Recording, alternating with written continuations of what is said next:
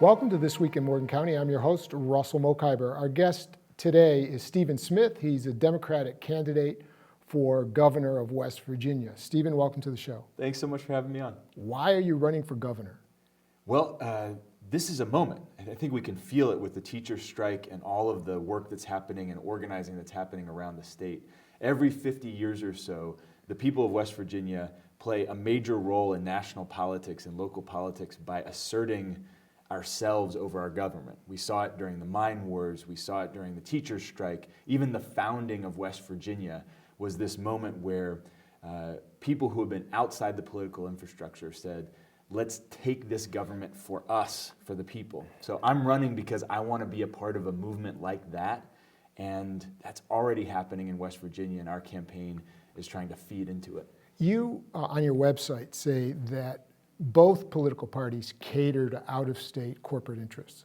If that's true, why would you want to be part of one party or the other? Great question. So in a two-party system, the best case scenario is that you have at least one party that is always standing on the side of poor and working people. That's the best case scenario. And so we're trying to make that best case scenario real by building our own political infrastructure, county teams, constituency teams, other candidates. We can help make the Democratic Party a state party that is always standing on the side of people who are working the hardest and hurting the most. And that's actually how we get the government we want, not by electing one random outsider, but by taking power within the Democratic Party and within the state. You've been running since December. It's going to be an almost 2-year campaign for you if you win the nomination. Mm-hmm. How's it been? What are the indicators so far of how you're doing? It couldn't be going better. So, the project we're engaged in is if we want this government, a people's government, a whole lot more people have to be a part of getting it.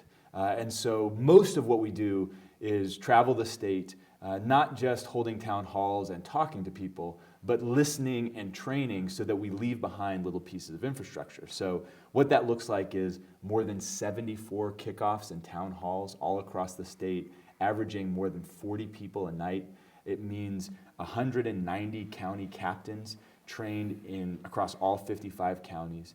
It means these 37 constituency teams, veterans organizing veterans, students organizing students, labor, small businesses, nurses, LGBTQ, people of faith, that nobody is being properly represented in government. So if we create these opportunities for people to assert their political power, that's how we win. And each one of those pieces of political infrastructure, the county teams and the constituency teams, none of that has my name on it because we don't just need one guy. So it's Roane County can't wait, it's veterans can't wait, students can't wait, because we want that infrastructure to exist and thrive and hold our government accountable regardless of who the governor is. What about full-time staff and fundraising? Where are you on that? Yeah, so we have 3 full-time staff, about to hire a couple part-time staff, and that's a little unorthodox. We've staffed up early because what we're interested in is building something that lasts. So with all of that staff, you'll notice none of them are here with me today in the studio. They're out meeting with our county teams and constituency teams and running trainings and on the phone. So that's going well, and we've got an incredibly talented staff of West Virginians, right? We're not sending a bunch of West Virginia money to out-of-state consultants to do this work. With regard to fundraising is also going well. That there's a moment we're in where there's so much dissatisfaction about how politics works that you can raise serious money in politics by rejecting corporate donations. So we don't take corporate PAC money, but we also make sure that we're not taking sort of bundled corporate executive money from out-of-state interests. And in doing so, and being honest about that, we have more small donors, 3 or 4 months into the campaign than Jim Justice did in his entire 2016 election cycle. What's your average donation? I don't know off the top of my head, and it changes. How much have you raised so far? I think we just crossed or about to cross $225,000, which puts us on track to raise as much or more as either candidate did in the 2016 cycle. You want a Democratic Party that represents the people of West Virginia. That's not where we are now in West Virginia. The Democratic Party does not represent the people of West Virginia. I would say sometimes it does. And so what we want is one that does all the time. You know, during the teacher strike and school service personnel strike, the Democratic Party chose the right side. And there are moments where it does. But we want a party that does so every time and without apology. And that means candidates not taking corporate money, but it also just means changing who runs, right? So right now, it's incredibly hard to run for office unless you are either already entrenched in the political establishment or you have a bunch of money for some reason. But that's changing, and we're trying to help make that change. So we have this candidate pledge where we say to any candidate who's willing to reject corporate cash or and stand on the side of working people and do the work of town halls and face-to-face meetings with their constituents and promises never to punch down, that if you're willing to make those basic promises and run this kind of campaign, we'll help. You don't have to do it by yourself. And that means offering candidate trainings. It means if you're watching this, that you'll be in regular contact with me, but also with this staff that can help out. And we want to see you succeed because the more of us who run, the more of us who win. It helps all of us to be running together. You say that 41 candidates have already signed this candidate pledge. Tell us about them. Are there any from the Eastern Panhandle, for example? And give us sort of like an overview of who they are. Yeah, it's a great mix. I mean, you can start to see what it would look like if we had a government of the people. So a bunch of teachers, disproportionately working class people, disproportionately women, disproportionately black and brown people. In the Eastern Panhandle, Sharon Hackett and Sammy Brown, two delegate candidates, have both signed. Well, Sammy's a delegate, right? Correct. Is Sharon Hackett a candidate? He's a candidate. Where's he running? Do you know? He's going to run against Espinoza. Okay. So we have a handful of people who are already in office. We have more than 30 who are first-time candidates, and they come from all walks of life. Social workers, I mentioned teachers, a school bus driver running for county commission down in Mingo County, construction worker running for magistrate judge in Charleston, people running for city council, mayor, et cetera. And we're just getting started. We're 7 months before the filing deadline. So for folks who are watching this, it's not too late. We expected we might have 5 or 10 by now. To have 40 means that people are serious about wanting to do the work and are ready to say, it's our time. 7 months before the filing deadline for the primary, you mean? Correct. And the primary is May 12th. Correct. And you don't have a major opponent in the primary. There are a couple minor opponents, maybe. Yeah, Jody Murphy's running from Parkersburg. Okay. He's a nice guy who's doing good stuff out there and helping to get people excited. Okay. Has he signed your pledge? He has not. He has not. But the head of the Democratic Party in West Virginia, the titular head of the Democratic Party, is Senator Joe Manchin. And there are reports that Senator Manchin wants to be governor of West Virginia, and he will be your opponent in May if he decides to do that. Mm-hmm. Tell us about your take on Senator Manchin, who he is as a politician, and your relationship with him, your interactions with him, and whether you think he'll run. Yeah. So I think Senator Manchin is the best retail politician in the country in terms of doing the work of meeting with individual constituents, responding to them. Him and his staff do a genuinely incredible job of tracking people down and trying to find ways to help people day to day. That being said, on a lot of the big issues of the day, we disagree, right? The Kavanaugh vote, the fact that Senator Manchin was the only Democratic senator not to sign on to this recent piece of LGBT equality legislation, and time and again, I think he seeks out a position that will make both corporations and unions happy as opposed to standing squarely on the side of working people. So there have been moments over the years where we've worked together. We worked very closely when he came out in favor of defending expanded Medicaid for West Virginians. We work together to hold 5 major town halls across the state. But on the fundamental issues of standing on the side of poor and working people every time, we depart. And so, what about the issue? What about the issue of fossil fuels, climate change? Mm-hmm. Yeah, I think too often Senator Manchin falls into the same national debate about coal and fossil fuels. The national politics wants to argue that coal is about either you're pro-coal or you're anti-coal. And in West Virginia, we know that that's not the real fight.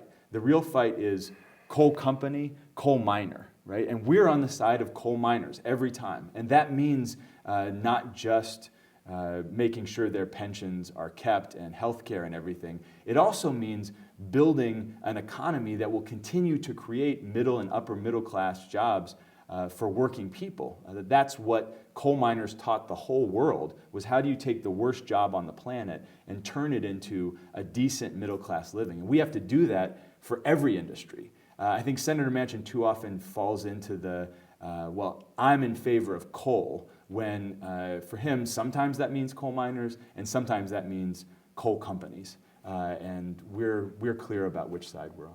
Before you were a candidate, you headed a nonprofit called West Virginia Healthy Kids and Families. Mm-hmm.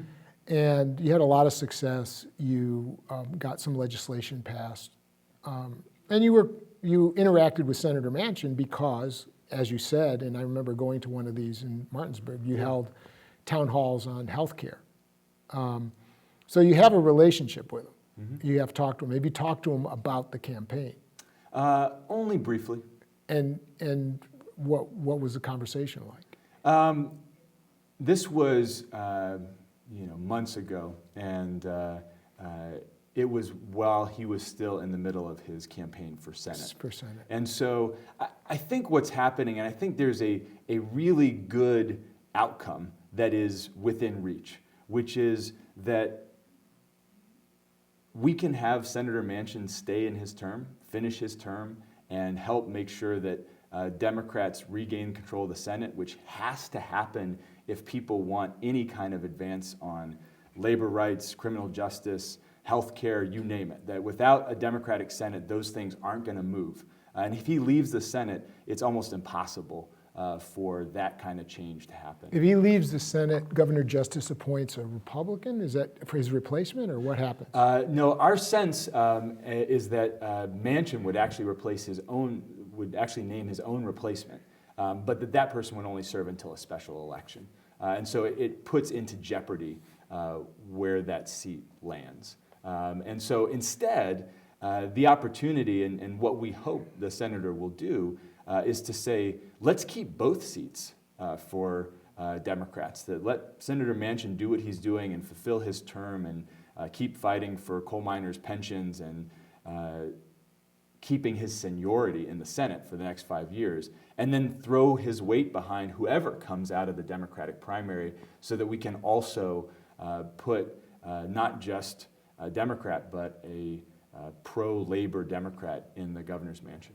That's the best case scenario, we think, and it's been interesting to see local Democratic parties saying that. The Summers County and the Greenbrier County, I believe, Democratic executive committees, these local Democratic parties, have both issued statements encouraging Senator Manchin to fulfill his term so that we're not sacrificing one thing for another or robbing Peter to pay Paul. If we have a casino in Charlestown, if you were a betting man, would you would you put your money on Senator Manchin entering the race for governor?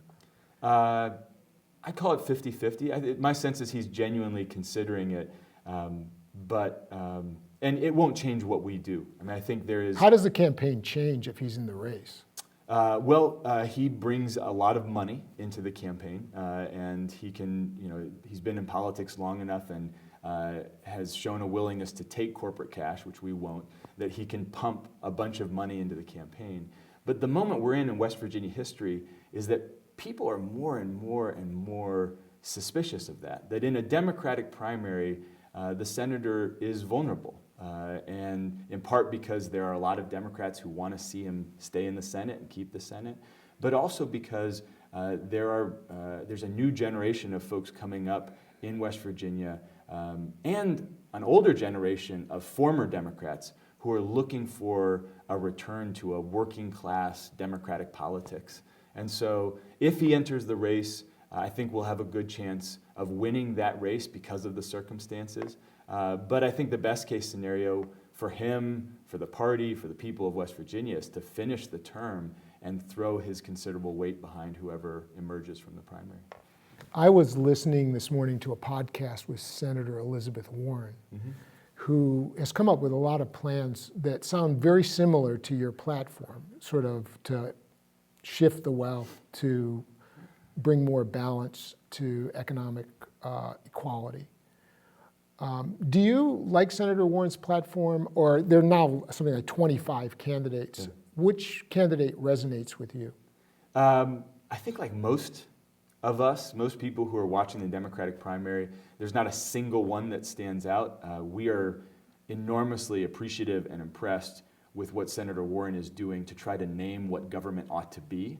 I'm also enormously impressed by the infrastructure, the political infrastructure that Bernie Sanders is building, because there's only one candidate on the Democratic side who's bringing 10,000 people out to events and holding 1,000 meetings in people's living rooms. But there's other candidates who are doing exciting things too. And mostly the way we look at it is that the people of West Virginia have not been served by national politics in a very long time. And so if some good things can happen at the national level, that's great. But the campaign we're running is a state one, because we cannot just keep relying on some outsider, whether it's a presidential candidate or an outside company or a business owner, to solve our problems. So we think it's an interesting theater, but the things that we have to be fighting for, for ourselves. And so we're much more focused on what's happening here. You say on your issues page of your website, what's your website, by the way? wvcantwait.com. Okay, and you have an issues page. And one of the things you say is that the cashier at the local Dollar General has a higher tax rate than Governor Jim Justice. Pays, I don't know if you say pays more in taxes, but a higher tax rate. What do you mean by that? And how would you correct the economic inequality that plagues West Virginia? Yeah, this is the most important thing that's happening in our economy, not just in West Virginia, but all over the world, which is that for the last 30 or 40 years, there's been this wrong-headed consensus that the way to generate economic activity is to exploit working people and take their wealth and money and put it more and more in the pockets of multinational corporations. We know it doesn't work because it's not working. And one of the exciting things about what's happening right now is we've spent a lot of time talking about party politics, but most West Virginians know that it's not left versus right, Democratic versus Republican in West Virginia. It's the good old boys versus everybody else. And that's actually what's played out. There have been Democratic-led corporate tax breaks in recent West Virginia history. There's been Republican corporate tax breaks. And so that's how we end up in a scenario where when you look at a cumulative tax rate or an effective tax rate, the wealthiest West Virginians, Jim Justice and his buddies, pay about 4.5% to 5% of their income back to the state every year, while the cashier at Dollar General is paying 8.5% to 9%. This is how you bankrupt an economy. This is how you end up with a situation where we have the wealthiest time in our state's history, but we feel poor because we're taking the wealth that we create, the working people of the state create, and we're sending it up and we're sending it out. And as long as that's the case, we'll never have the roads and schools we want. So how do you fix it? It's not that complicated. At a fundamental level, right? The details have to be worked out. But the simple way of looking at it is there's three main ways that we levy taxes in West Virginia. And every single one of them looks like this. And our job is to make them look like this. So there's individual taxes. That's what we were just talking about. Sales, income, et cetera. Right? Unequal. Then there's property taxes. Right? Same thing. That the major landholding corporations, most of which are not based in West Virginia, are paying much lower tax rates on their property than you are. But that's isn't that a local issue, property taxes? No, it's something that the state can do to help empower county assessors. There are also things that you can do. There are fees that are associated to property that we can raise on massive landowners. So that's another way into fixing the property tax imbalance. Mm-hmm. And then the third form of tax imbalance is essentially business taxes. So if you're an out-of-state company, you found all sorts of ways to avoid taxes. Rockville is a good example. In fact, let's talk about Rockville. So our campaign is, like the people of Jefferson County, is opposed to the building of this insulation factory, which supposedly will create 100 or 150 jobs while poisoning our children. So here you have a factory that's opposed by the people of the county it's being built in, and you and I and voters across the state are paying this company, this Danish company, $25 million in tax breaks off the top to poison our kids. And what we're saying is, instead of doing that, instead of just writing a check to the balance sheet of some Danish company that's going to turn around and pollute our people, that same $25 million you could take and dice it up into 1,000 buckets, as one example, right? 1,000 buckets of $25,000 each. And you can go to every young person who's got a business idea but doesn't have a rich uncle, to go to union shops and union workers who want to get a co-op started, to family farms and artists, to older business owners who are trying to figure out their succession plan, and say, if instead of investing all of our money in one Danish company, we invested in 1,000 companies every year in a serious way, then that's actually how we diversify the economy, not by replacing one giant with another giant, but by replacing one giant with 1,000 local businesses. It's also how we keep our kids here, because there'll be more and different kinds of jobs. It's how we keep wealth here, because small businesses and union shops keep the wealth they create locally. And it's who we are, that in a world that is consolidating and monopolizing, and every large city is becoming the same, what West Virginia has is our uniqueness and our smallness. If we invest in that, we actually create a competitive advantage, that while every other state is out there competing for Amazon, we say, look, you can keep your tax evasion. We're going to invest those same dollars in our own people. And that's a bet we think we win, because of who we are, and because we would actually get to be first in something that every other state in the country is trying to woo the next Amazon or Walmart or whatever. If we're the one state that invests and says we want to be the best place to start a co-op or a family farm or a small business, we send a message to the whole country: come to West Virginia. I've heard you say that West Virginians are decent, kind people. They help their neighbors. They do a lot of volunteer. That even though we're ranked 49th and 50th on obesity and poverty and all that, actually there's a lot to speak for the people here. How do you explain, though, that decency and kindness translating into the support of corporate Democrat and Republican politicians? That's a good question. There's like a fundamental disconnect. Decent people voting against their own interests and against their own values, actually. Yeah, I think that analysis you're offering is off base, and I'll tell you why. So first, I don't just say that West Virginians are decent. The numbers actually back it up. We're number one in the amount of time we spend with our neighbors, top 5 in military service, volunteer service, charitable giving. Right? We were the state that started the nationwide teacher strike. When it comes to actually sticking up for each other, we're pretty good. And so you've got a situation where we have miserable leadership that has exploited us. That's why we're at the bottom of all these lists. But out of that pain and suffering has come this resilience at the local level. So but we vote them in. We vote them in, the leadership. So the question is, so how does that happen?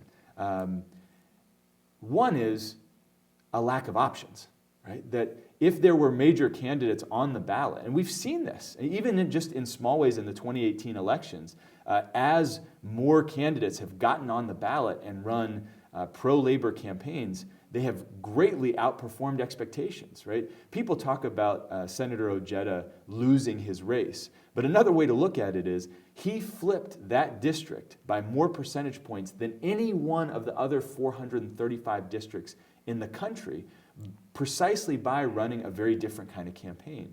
Now, that kind of change takes more than one election cycle to take place, but you also saw it in the State House. This new class of freshman legislators, disproportionately black and brown, disproportionately working people, disproportionately women, running on unapologetic pro-labor campaigns and winning races that corporate Democrats weren't winning. So I see the recent history as proof that when given an opportunity, when given an option, people will absolutely go in the direction that makes things better. It's just that for such a long time, what have the choices been? And to put a specific point, because a lot of people make this argument that West Virginians vote against their own interests, and it makes my skin crawl. Because I'll give you a couple of examples. If you're a West Virginian who's lived in the same county for the last 40 or 50 years, and that same county has been run by 3 Democratic families for the last 40 or 50 years, and the county has been run into the ground, and then you start saying, well, shoot, I guess I'm going to vote for the Republicans, right? That's not irrational. If you're a West Virginia voter who votes for Trump because you don't think that either party is doing much for you, it's true that both parties aren't doing much for you, that voters can only choose between the options they're given. And when you have 2 parties that are offering too often candidates who are going to do the same thing, and we know they're going to do the same thing in the long haul in terms of siding with corporate interests because we've watched them do it for 30 or 40 years, that it's also not irrational to stay home, which is what, more West Virginia voters stayed home in 2016 than voted for the president. That all of these are indicators, not that West Virginians vote against their own interests, but that we haven't been given any options, and that the current rules of the game are rigged not to give us real options. But when we put ourselves out there and we start to give each other the option of running in a different way, people react to it. One of the other campaign issues on your website is health care. Mm-hmm. You don't come out specifically for Medicare for All. Do you favor Medicare for All? Yes. So our campaign is unapologetically in favor of universal single-payer health care. And right now, Medicare for All is the main vessel for that. Why don't you say that on your website? We have said it on Facebook. Okay. So you are clear about that, that's where it is? Yes. Okay. People have heard me say that in town halls. And one thing about the website, I hope people go to the website and look at it. The issues page, I think, is good, but it's just a first start. That the next step is that this November, after we do a summer of 10,000 conversations, not just me, but our county teams and constituency teams and candidates, we're going to take that data, take that information, listen to those constituency and county teams, and collectively ratify not just a vague platform or a set of issues, but an actual plan for turning around the state that offers a lot more specifics. And so we know that what's on the website now isn't as specific as it ought to be, but we think that the whole first year of the campaign ought to be us building those specifics together. And we take that very seriously, such that if you're watching this and you have an idea, get in touch with me directly. I mean, it's not right. I saw when I went to the website this morning, there was a pop-up. Do you want a conversation with Stephen? Mm-hmm. I don't know how long that pop-up is going to stay up if you start gaining popularity, because you'll just be on the phone the whole time. Wouldn't that be great if a politician were on the phone all the time with the people of their state? Like I will make a campaign pledge that pop-up will be on our campaign website till the end, because that's what we think politics actually is. It's not about selling the people on your vision. It's not about being a voice for anyone. It's about building a government that is led by the people. And so it's very clear to me that my job is not to have all the answers. It's not to articulate the vision for the state or be the leader. Every movement ever that has relied on one person to be the center of it has failed. My job is to be led. My job is to follow. And the people of the state know exactly what they want. Education is a good example. We haven't talked about it yet. There is this story being told in Charleston that West Virginians are in disagreement about education, that it's a controversial issue. That is a lie. 80–90% of West Virginians agree on major fundamental things with regard to education. Almost all of us agree that class sizes should be smaller. Almost all of us agree that our teachers and school service personnel ought to be paid not just a little bit more, but as much or more as any neighboring state. Almost all of us agree that there ought to be at least one mental health professional in every school. Almost all of us agree in re-injecting more life skills and art and music and vo-tech into our schools. These are major changes that a vast majority of the people of West Virginia agree on. And so our job is to get out of the way the lobbyists and special interests who stand in the way of that political will. And we're hoping, since we're months out of the primary and the election, to have vigorous debate. We did invite the three major Republican candidates here today: Governor Jim Justice, former Commerce Secretary Woody Thrasher, and former Delegate Mike Folk.